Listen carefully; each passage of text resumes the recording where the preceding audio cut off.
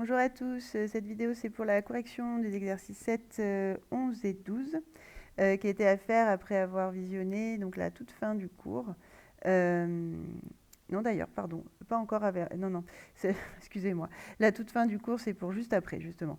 Donc non, voilà, le 7, le 11 et le 12 c'était avant la toute fin du cours, c'est-à-dire qu'après en gros finira la fiche quand vous aurez pu visionner le tuto cours 3, c'est-à-dire celui où on va parler du quotient.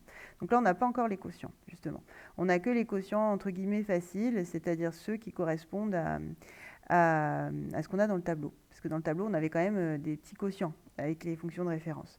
Donc dans le 7, justement, ce sont des calculs de fonctions dérivées qui utilisent au maximum des produits, mais je suis en train de regarder qu'il n'y a même pas vraiment de produits. Ça va vraiment utiliser les formules qu'on a pu voir dans le tableau de façon un peu plus évoluée que ce qu'on a fait au tout début. Mais sinon, bon, c'était pas un exercice, c'est un exercice un peu piégeux peut-être parfois, mais sans grande difficulté. Donc bon, on va voir ce que ça donnait. Alors le numéro 7, on y va. Alors, donc pour la question 1, voilà, je vais juste épaissir le trait. Oui, donc j'ai f de t qui est égal à 2t au carré plus 5 sur t carré, ce n'est rien d'autre que 5 fois 1 sur t carré, moins 5. On est d'accord que ce soit t ou x, ça ne change rien. Et donc finalement, je reconnais des fonctions de référence qui sont dans le tableau, qui devraient du coup bien m'aider. T carré, 1 sur t carré, autrement dit x carré et 1 sur x carré. Alors, donc quand je vais dériver, donc là, vous voyez, j'ai pas besoin de u, de v, etc., puisque je n'ai pas trouvé, je n'ai pas d'identifié de produit entre deux fonctions. Là, il n'y a pas. Les seuls produits qu'il y a, c'est avec des nombres. Donc ça se gère assez bien. Ni de quotient. Bon, même si vous ne savez pas encore le faire, mais voilà, ce sera les deux seuls cas où vous aurez besoin du u et du v. Ici, il n'y a pas besoin. Du coup, ça veut dire qu'on va le faire directement, de façon linéaire. Donc, 2t carré, ça va faire 2 fois la dérivée de t au carré, c'est-à-dire 2t. Bon, ça, normalement, maintenant, ça va, j'espère. Ensuite, plus 5 fois la dérivée de 1 sur t carré. Alors, 1 sur t au carré, ça mérite peut-être quand même que je reprenne ce qui avait été dit. Rappelez-vous que 1 sur x puissance n, on avait dit que quand on dérivait, ça donnait moins n sur x puissance n plus 1. Je ne sais pas si ça vous revient, tout ça. Quand j'ai x puissance n, ça donne n x puissance n moins 1. Mais parce qu'en fait, mon x puissance n, il est entre guillemets en haut, il est au numérateur. Donc quand tout ce qui est au numérateur, quand on dérive, va baisser en degrés, donc l'exposant. Alors que ce qui est au dénominateur, au contraire, la dérivée va augmenter en exposant. Voilà, donc on retrouve le n, et le moins, il est caractéristique justement de quand vous avez 1 sur. Donc en tout cas, la formule, c'était ça, sauf pour ceux, je l'avais expliqué, qui disaient que 1 sur t carré, c'était pareil que t puissance moins 2, et qui utilisaient une seule formule, celle justement de x puissance n. Comme vous voulez. Moi, je pense que la plupart d'entre vous utilisent cette formule, c'est pour ça que je parle là-dessus. Donc ici, n vaut 2, et du coup, ça va donner moins 2, je vais l'écrire en vert, moins n, donc moins 2, sur t puissance n plus 1, c'est-à-dire t puissance 3. Voilà, et ensuite, le moins 5, lui, il donne 0. Donc, si vous voulez, je mets moins 0, mais on n'est même pas obligé de l'écrire. Et après, j'essaie d'écrire un peu mieux tout ça. Donc, moins 10 sur t au cube. Et comme je l'ai déjà expliqué dans plusieurs vidéos, l'idée, vraiment, c'est d'essayer d'avoir une forme soit factorisée, soit sous forme de fraction ou de quotient. Mais un seul quotient. Parce que là, vous allez me dire, il y a déjà un quotient. Oui, d'accord. Mais en fait, on voudrait un seul quotient pour pouvoir éventuellement, derrière, si besoin, faire un tableau de signes. Donc là, on essaie de terminer. 4t, c'est comme 4t sur 1. Donc je multiplie tout ça par t au cube en haut et en bas. Donc au-dessus, ça va faire 4t puissance 4 sur t au cube. Et donc, f' de t, au final, ça vaut 4t puissance 4 moins 10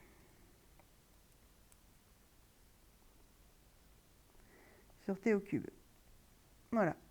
Si je prends la forme la plus enviable, si derrière il y a d'autres questions pour étudier la dérivée. Bon, Ça, j'espère que ça va. Ensuite, on avait le 2.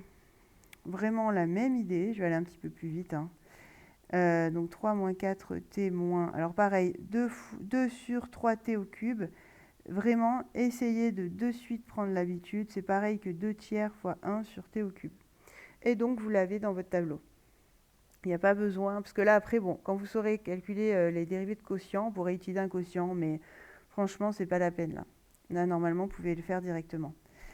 Donc, quand je vais dériver, ça va me donner, alors le 3 donne 0, 4t, enfin moins 4t, moins 4, puisque t se dérive en 1, donc moins 4 fois 1, moins 2 tiers fois, et donc lui, il va se dériver en, alors cette fois-ci, le n vaut 3, donc moins 3 sur t puissance 3 plus 1, c'est-à-dire 4.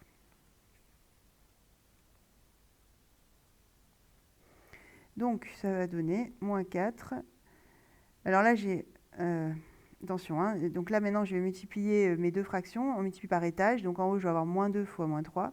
Donc, ça va faire plus 6 sur 3 fois t puissance 4. Donc, 3t puissance 4. Et donc, si je mets tout sur le même dénominateur, je multiplie de ce côté-là la fraction de gauche donc par 3t puissance 4 au numérateur et au dénominateur. Donc, ça va faire moins 12t puissance 4 sur 3t puissance 4 plus 6 sur 3t puissance 4.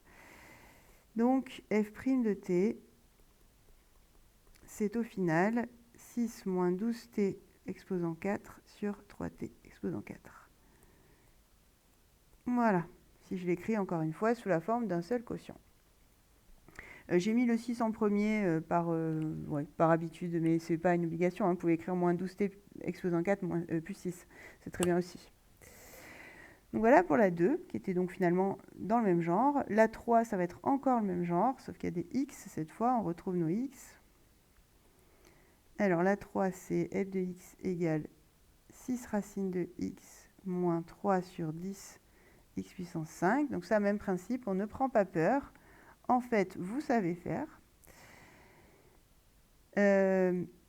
Alors, ce que je vais faire, c'est que ça, là, je vais directement l'écrire comme 3 dixièmes fois 1 sur x puissance 5, ce que je vous disais tout à l'heure. Et donc, quand je dérive, ben, je vais avoir le 6 racine de x, c'est 6 fois une fonction. Donc, la dérivée, c'est 6 fois la dérivée de la fonction. Comme racine de x, ça donne 1 sur 2 racine de x. Et bien, voilà, je vais retrouver avec ça. Ensuite, le 3 dixième, même principe, je laisse devant et je dérive 1 sur x puissance 5. Et donc, c'est toujours la même formule, celle que je vous avais écrite là, sauf que maintenant, c'est n qui vaut 5. Et donc, je vais avoir moins... D'ailleurs, là, je n'avais pas mis de parenthèse, je vais les mettre. Moins 5 sur x puissance 5 plus 1, c'est-à-dire 6. Voilà, donc que ce soit bien clair, hein, là, c'est lui qui donne cette dérivée-là, grâce à notre tableau. Et maintenant, bon, on va essayer d'arranger tout ça, hein. Alors, ça nous fait 6 sur 2 racine de x. Ensuite, moins 3 fois moins 5, ça fait 15. Donc, plus 15 sur 10, x puissance 6. Alors là, avant de mettre sur le même dénominateur, et encore si jamais on le fait, déjà, on essaie de simplifier quand même chacune des fractions, puisqu'on voit bien que déjà, le 6 et le 2, là, je peux tout diviser par 2. Et donc, il va me rester 3 sur racine de x, en fin de compte, puisque 6, c'est 3 fois 2. Et 15, pareil, je peux tout diviser par 5, donc il va me rester 3 sur 2 x puissance 6. Voilà, bon, là, si vraiment on veut faire un même quotient, on peut, hein, c'est pas super beau. Bon, ce genre de fonctions, vous ne demanderez pas de les étudier parce qu'on est largement au-delà du programme. Par contre, on vous demande de savoir trouver leur équation, leur fonction dérivée, hein. Donc, ce qu'on est en train de faire, c'est bien au programme, hein. Tout ce que je veux dire, c'est qu'on ne vous demanderait pas d'aller plus loin sur une fonction comme ça, parce qu'elle est un peu trop tordue. Donc là, je peux multiplier en haut et en bas par 2x exposant 6, et l'autre, je peux la multiplier en haut et en bas par racine de x. Voilà, pour avoir un dénominateur commun, pardon.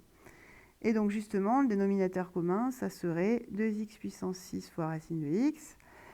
Le premier, là, il donne 6x exposant 6, et le second, moins 3 racine de x. Voilà, bon, c'est pas extraordinaire comme écriture, mais en tout cas, c'est celle qui est attendue. Voilà pour le 3. Et alors le 4, certains se sont peut-être dit qu'ils ne savaient pas encore le faire, mais en fait si, vous allez voir.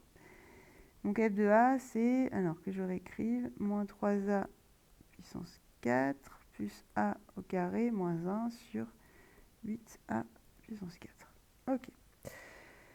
Alors ça, en effet, ça pourrait se gérer avec la formule du quotient quand vous l'aurez, mais ça peut aussi se gérer sans. On va voir pourquoi. Parce qu'en fait, je peux l'écrire autrement. Je peux décider de séparer en fait ma fraction en 3 fractions, en la somme de 3 fractions qui sont bien égales à la même chose. Hein. Enfin, ça fait bien pareil. On a le droit de faire ça. J'ai bien gardé le même dénominateur, donc c'est bon. Et en fait, dans chacune d'elles, on peut avoir des simplifications. Voilà, la première, en réalité, c'est un nombre. C'est moins 3 huitièmes. La seconde, ben, j'ai a carré en bas et a puissance 4, en haut, pardon, a puissance 4 en bas. Donc en fait, ben, j'en ai 2 en haut, 4 en bas. Donc ça revient à dire 1 sur 8 a carré. J'espère que ça ne vous gêne pas. Et la dernière, bon, je ne fais rien de spécial.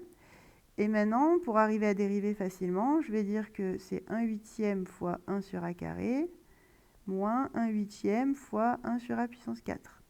Et en fait, ces deux fonctions-là, imaginez que je mette des x à la place des a, puisque c'est bien ce qu'il faut faire hein, dans votre tête, je sais déjà les dériver, ce qu'on a utilisé dans les autres questions déjà. Donc, bon, normalement, ça se fait assez bien. Et donc maintenant, ben, je peux passer à la dérivée. Donc vous voyez, j'ai transformé pour en arriver en fait à une écriture qui me permet d'utiliser ce que je sais déjà faire. Et c'est faisable ça quand même. Hein. Donc voilà, le genre de réflexe que vous pouvez avoir. En fait, ça vous évite de passer par une formule qui pourrait être plus compliquée au final, hein, en fait. Tout dépend comment on voit les choses. Bon, après, voilà. Il y a plusieurs écoles là-dessus, mais en tout cas, ça, c'est une manière de calculer la dérivée. Alors, quand je dérive, mon moins 3 huitièmes, c'est un nombre. Donc, lui, il devient 0. Voilà, déjà, ça, c'est réglé. Plus 1 huitième fois, et donc là, il me faut la dérivée de 1 sur a au carré. 1 sur a au carré, on a dit, ça veut dire que n ici vaut 2, donc je vais avoir moins 2 sur a puissance 3. Toujours la même formule. Hein. Ensuite, je vais avoir le moins 1 huitième fois, et donc il faut que je dérive cette fois le 1 sur a puissance 4. Je vais le faire en vert. Donc cette fois-ci, n vaut 4, donc ça me fait moins 4 sur a puissance n plus 1, donc 5. Et donc maintenant, j'essaie d'arranger ça, toujours. Alors ça me fait moins 2 sur 8a au cube, plus 4 sur 8a puissance 5. Celle-là, je la simplifie par 2, hein, je divise par 2 en haut et en bas, donc ça me fait moins 1 sur 4a au cube. La seconde, je divise en haut et en bas par 4, donc ça me fait 1 sur 2a puissance 5. Oui, c'est ça. Et donc maintenant, si je mets sur le même dénominateur, je peux celle-là la multiplier par a au carré, ça fera 4a puissance 5. Et celle-là, je peux la multiplier par, juste par 2. Parce que j'ai déjà 2a puissance 5, il me manque le fois 2. Voilà. Et donc ça me donne moins a carré sur 4a exposant 5 plus 2 sur 4a exposant 5. Autrement dit, moins a carré plus 2 sur 4a exposant 5.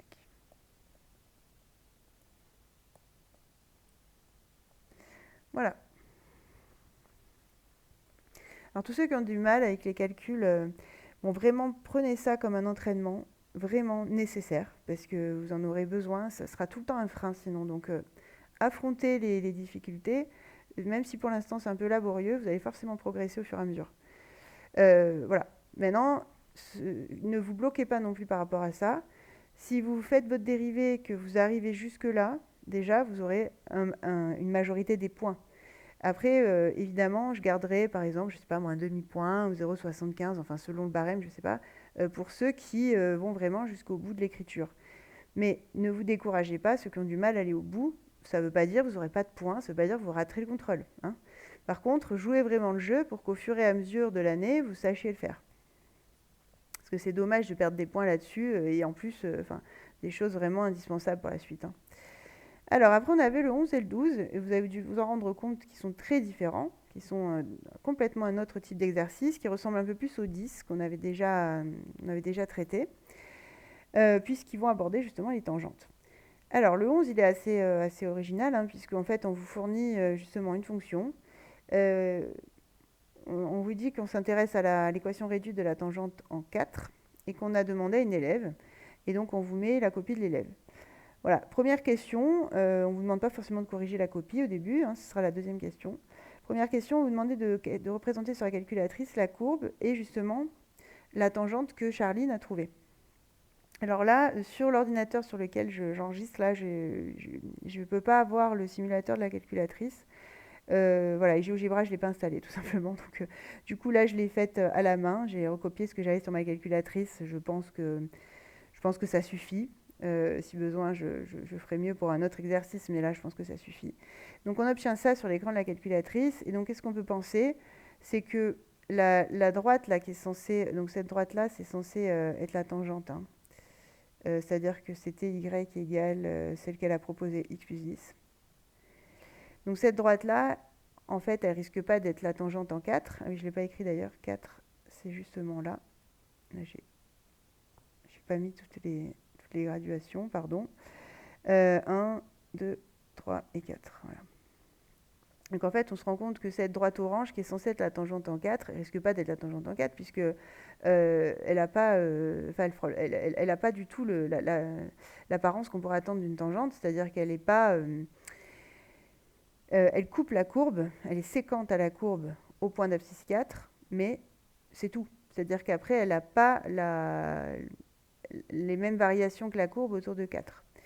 Donc déjà, rien que de visu, ce qu'elle a trouvé Charline, c'est pas possible. Donc c'est pour ça que dans la question 2, on va vous demander de corriger.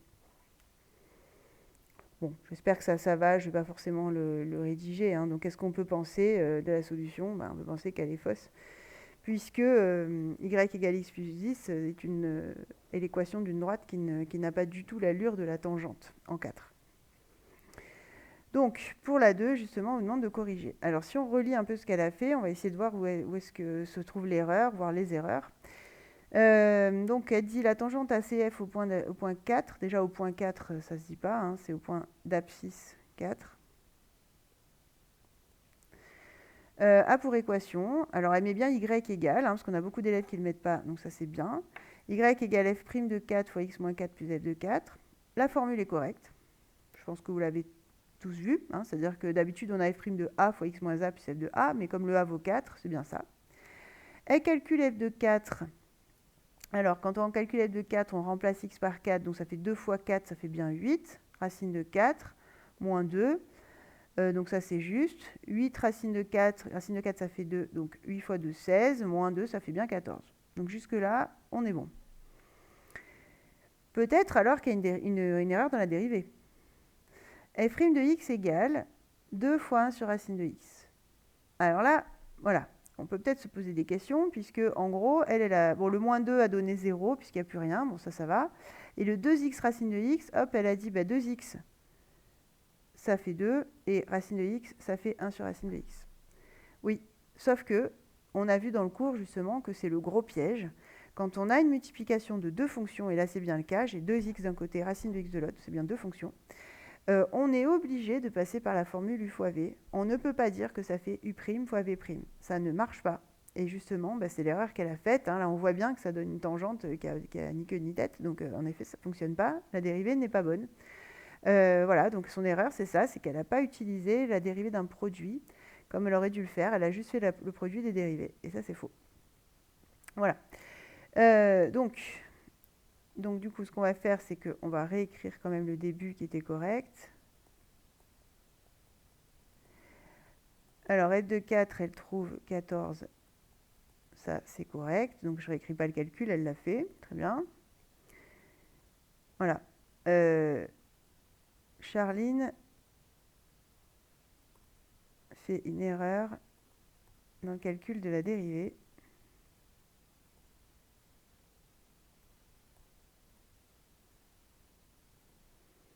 F' de x. Et donc, on va la corriger. Alors, on y va. Donc f de x, c'est 2x racine de x. Là, je n'ai pas fait f', hein, là je reprends f. Donc pour bien rédiger, c'est donc u de x fois v de x moins 2. Puisque, j'espère que tout le monde l'a vu maintenant d'après ce que j'ai dit, là j'ai bien u et là j'ai v. Donc j'ai bien une multiplication des deux. Et donc je précise justement avec u de x égale 2x, v de x égale racine de x. J'écris mes petites dérivées. 2x, ça se dérive en 2. V' de x, c'était la dérivée de racine de x, donc c'est 1 sur 2 racine de x. Et maintenant, je suis en mesure d'écrire la bonne dérivée, donc de corriger Charline. Puisque là, maintenant, je peux dire que c'est u'b plus uv'. Le moins 2 devient 0, donc je n'écris rien. Après, si vous voulez montrer au correcteur, vous pouvez mettre moins 0, hein, ça ne mange pas de pain, au moins il verra ce que vous avez pensé. Du coup, alors u'v de racine de x plus uv', donc 2x fois 1 sur 2 racine de x. Les deux, je peux d'ores et déjà les éliminer, puisque j'ai bien que des multiplications avec un facteur 2 en haut, un facteur 2 en bas. Donc ça me fait 2 racine de x plus x sur racine de x. On pourrait s'arrêter là, mais en fait, il y a mieux. Puisque x, rappelez-vous, hein, c'est une astuce qu'on a déjà vue plusieurs fois maintenant. X, c'est pareil que racine de x fois racine de x. Et après, bah, du coup, je peux éliminer une racine de x en haut et en bas. Donc en fait, j'ai 2 racines de x plus une racine de x, puisqu'elle est toute seule. Et donc ça m'en fait 3. 3 racines de x. Donc la dérivée, en fait, de f, c'est 3 racines de x. Donc elle était quand même loin du compte. Elle avait trouvé 2 sur racine de x. C'est quand même pas du tout la même chose. Et du coup, on peut corriger, continuer à corriger, puisque on va pouvoir en déduire f' de 4, puisque c'est ça qu'elle voulait, elle, au départ. Donc alors f' de 4 égale 3 racine de 4, c'est-à-dire 3 fois 2, 6. Et donc, la tangente, elle a pour équation, alors on y va, f' de 4, donc 6, justement, facteur de x moins 4, plus f de 4, rappelez-vous, on avait trouvé 14. Pardon. Voilà. Et du coup, j'ai plus qu'à réécrire un petit peu mieux tout ça. Et donc, en fait, la bonne, c'était 6x moins 10. Bon, vous pourrez vérifier sur la calculatrice. Je vais le faire de ce pas, d'ailleurs, hein, quand même, pour vérifier que je ne raconte pas n'importe quoi. Mais bon, il n'y a pas de raison. Donc, 6x moins 10. Et on est bon. En tout cas, de visu, hein, parce que, bon, encore une fois, un graphique n'est pas une démonstration, mais visuellement, moi, ce que j'ai à l'écran, ça ressemble bien à une tangente. Je vous laisse vérifier ça sur votre calculatrice. Donc, voilà pour le 2. Donc, le 2, bon, en gros, c'était un calcul de tangente, en fait, hein, en utilisant les fonctions dérivées et non plus les outils qu'on avait, les outils un petit peu moins efficaces qu'on a pu avoir dans la première partie. Mais sinon, tout ce qu'on a vu sur les tangentes, ça demeure. Hein. Alors, le numéro 12. Le numéro 12, c'est encore un petit peu différent, mais ça fait partie des exercices qu'il faudra commencer à maîtriser aussi. Donc, le numéro 12, on vous donne une fonction qui est pas très difficile en soi. Enfin, elle a l'air comme ça, mais c'est une fonction de degré 3, un polynôme de degré 3, je veux dire. Dès qu'on vous donne un polynôme, ne prenez pas trop peur. C'est toujours plus facile à gérer que des fonctions où vous avez des racines de x ou bon. Bon, après, il y a des cas particuliers hein, où les racines seront peut-être plus simples que les polynômes, mais globalement, les polynômes, on les gère quand même pas trop mal.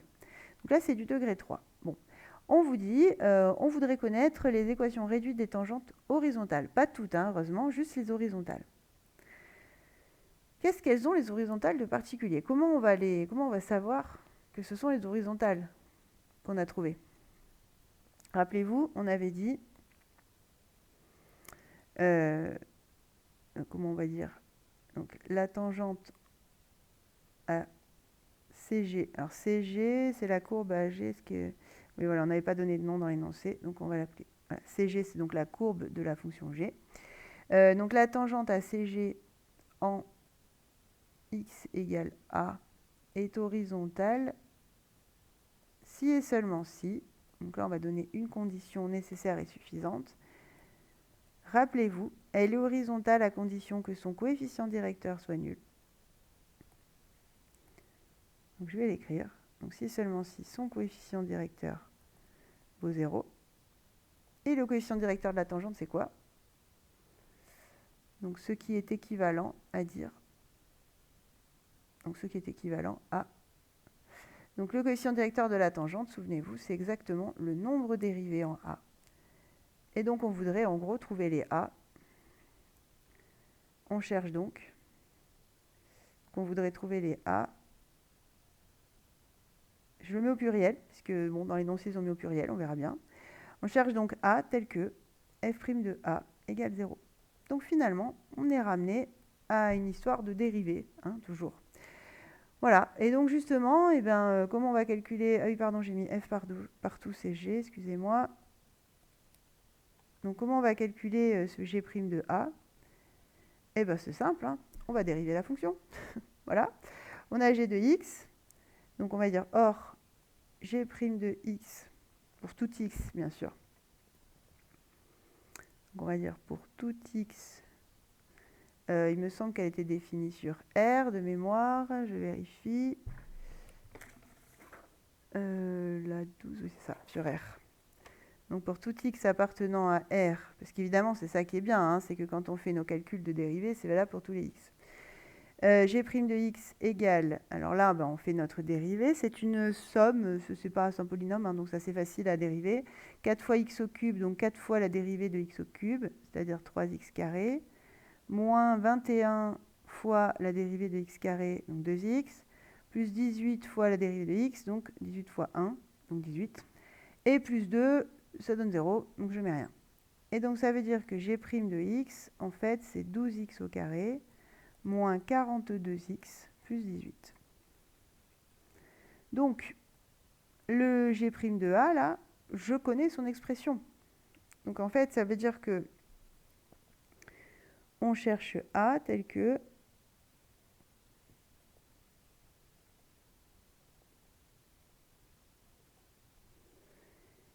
tel que 12a au carré moins 42a plus 18 égale 0. Tiens, et ça c'est quoi? Eh bien ça c'est une équation du second degré.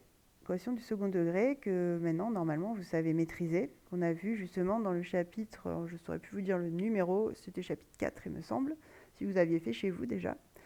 Voilà, et donc comment on résout ce genre de truc, hein, on avait bien vu, imaginez qu'il y ait des x à la place des a, hein, c'est pareil. Hop, delta. Et delta, c'est b au carré moins 4. Alors attention, ce a, c'est pas l'inconnu, donc je vais le mettre en majuscule, hein, histoire qu'on ne mélange pas. Ici, b vaut moins 42, donc j'ai moins 42 au carré, moins 4 fois a, c'est-à-dire 12, fois c, c'est-à-dire 18. Donc maintenant, il faut faire le calcul de ça. Alors, moins 42 au carré, ça fait 1764. Et ensuite, 4 fois 12 fois 18, ça fait 864. Voilà. Et donc, on va avoir un total de 900. Ce qui nous arrange bien, puisque c'est le carré de 30. Delta est positif, donc 2 solutions possibles. 2 solutions distinctes. On va avoir première possibilité pour A, ça va être, alors moins B, c'est, moi je vais déjà écrire les formules, moins B, moins racine de delta sur 2A, c'est le A majuscule parce que, vous vous rappelez, hein, c'était pour pas mélanger, c'est le A coefficient, et A2, moins B plus racine de delta sur 2A. Alors, moins B, c'est 42, moins racine de 900, c'est-à-dire 30, sur 2 fois A, c'est-à-dire 24. Donc, moins 12 pardon, sur 24, c'est-à-dire 1 demi. Voilà. Et l'autre, 42 plus 30 sur 24, ça fait 72 sur 24, et ça fait donc 3. Voilà. Donc là, qu'est-ce qu'on vient de trouver? On vient de trouver que la dérivée s'annule en 2 endroits, en 1 demi et en 3. Ça veut dire qu'en ces 2 abscisses-là, le nombre dérivé vaut 0, et donc le coefficient directeur de la tangente vaut 0, et donc les tangentes sont horizontales. Et il n'y a que en ces deux points-là, puisque si le non-dérivé ne s'annule pas, la tangente ne peut pas être horizontale. Donc ça va bien dans les deux sens, hein. On a bien trouvé toutes les possibilités et seulement celle-là. Voilà, donc conclusion. Ah, pardon, excusez-moi. Conclusion, on va y arriver. Le tactile est parfois capricieux. Donc, conclusion, la courbe de G admet deux tangentes, admet exactement, on sait qu'il n'y en a pas d'autres, hein, c'est ça aussi qui est magique, hein, c'est que on sait que sur toute la courbe, il n'y en a pas d'autres. Il n'y a aucun endroit où la tangente, aucun autre endroit où la tangente est horizontale. CG admet exactement, c'est-à-dire d'ailleurs qu'il n'y a aucun autre endroit où la courbe va s'aplatir, puisque c'est là où vous avez une tangente horizontale, c'est le moment où en fait vous avez la courbe qui...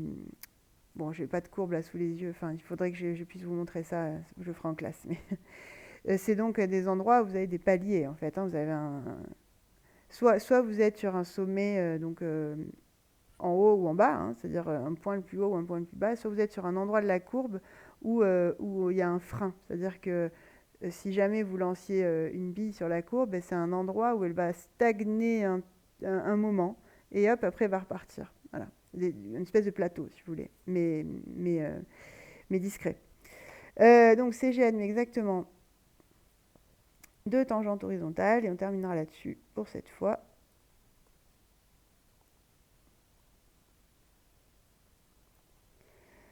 En A égale 1 demi et donc aux abscisses en fait, 1 demi et 3.